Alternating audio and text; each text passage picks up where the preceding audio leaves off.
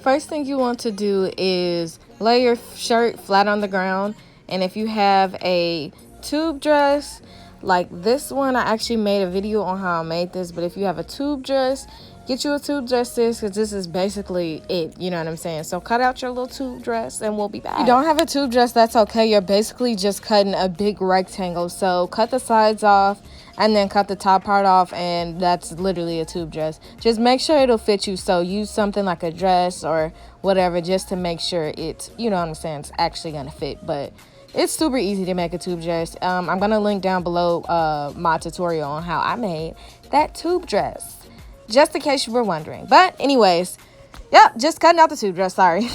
I'm talking so much. Just so it'll fit my waist a little bit better, I just cut some little waist curves in there. This is optional, but I just wanted it to hug my waist a little bit more because I have a small waist and I didn't want it to be baggy around there.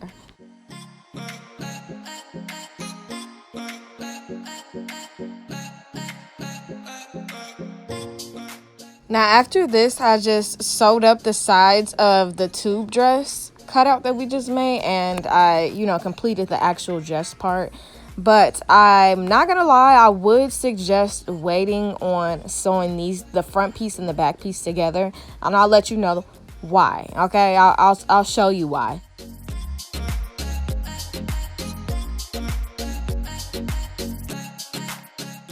Next, I'm just marking where I want the straps to go, and I'm just using my bra as a guideline just to make sure, you know what I'm saying, it's not going to be too close to the armpit or too far away. So I'm just using my bra as a template, which was a great idea because I already had a bra on, so you know. Next, you just want to take the extra fabric that you had left over, and you want to cut a strip of fabric. This is going to be for the actual ruching of the front of the dress. I made my strip of fabric about 1.5 inches, and you want to just make sure your actual strings are going to fit through. So if you have thicker strings, you might want to do a thicker piece of fabric, and if you have thinner strings, you want to do a thinner piece of fabric, so you'll make sure the actual strings will fit through and it'll fit properly.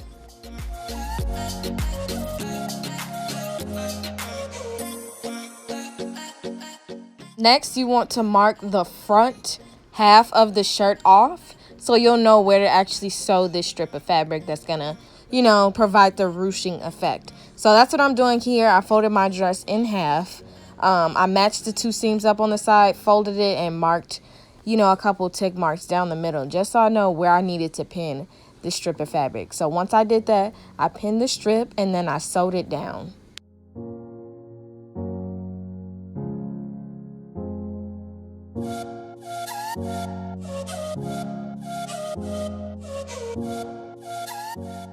Now this is the part where this is why I told you I would suggest you waiting to sew the front and the back of the dress together. I would just work with the front piece, and then once you're done doing this, I would sew that to the back of the dress, because you need to sew the strip of fabric down the front of the dress. But you need to make sure that you're not accidentally sewing the front of the front of the dress and the back of the dress together. Does that make sense?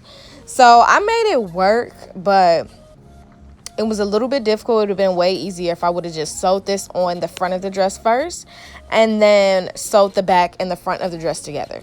This is what it looks like when you've sewn the fabric to the inside of the dress. You're just going to have these stitches on the front, and now you want to make sure you go back, flip it over, and do another line of stitches down the middle of that, because you need to separate this casing for the other string, because it's going to be one string, but it's going to be going you're gonna need to feed it both ways, if that makes sense. But you'll see what I mean. I know you're tired of me saying if that makes sense, but you'll see what I mean.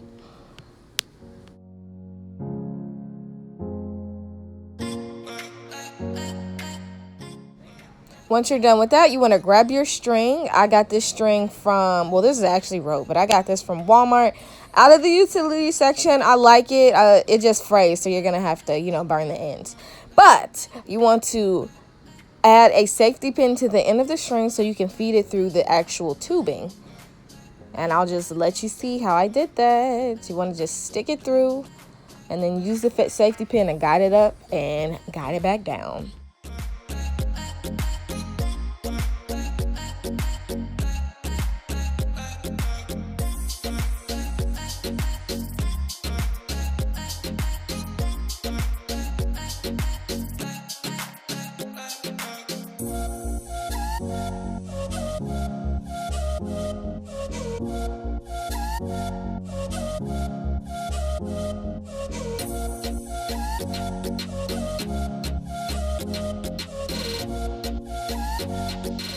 Once you fed it all the way through the tubing, you want to just kind of finagle it and, you know, make it work. It's like really scrunched up right now, so just move it up and down, all the fabric up and down and around, and just to your liking, basically.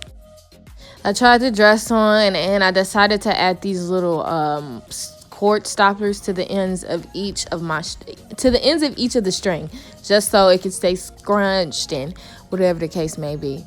But if you are using this rope, be sure that you need to like burn the ends so it does not keep fraying.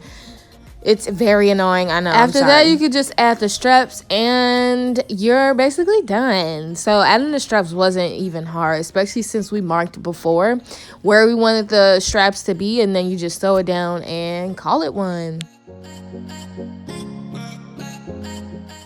I really hope you enjoyed this tutorial. It was super easy. If you have any suggestions on something that you want me to make next, please let me know. Follow me on my Instagram, Snapchat, and Twitter, all at Kiamani. And I'll see you on my next video, sis. Bye.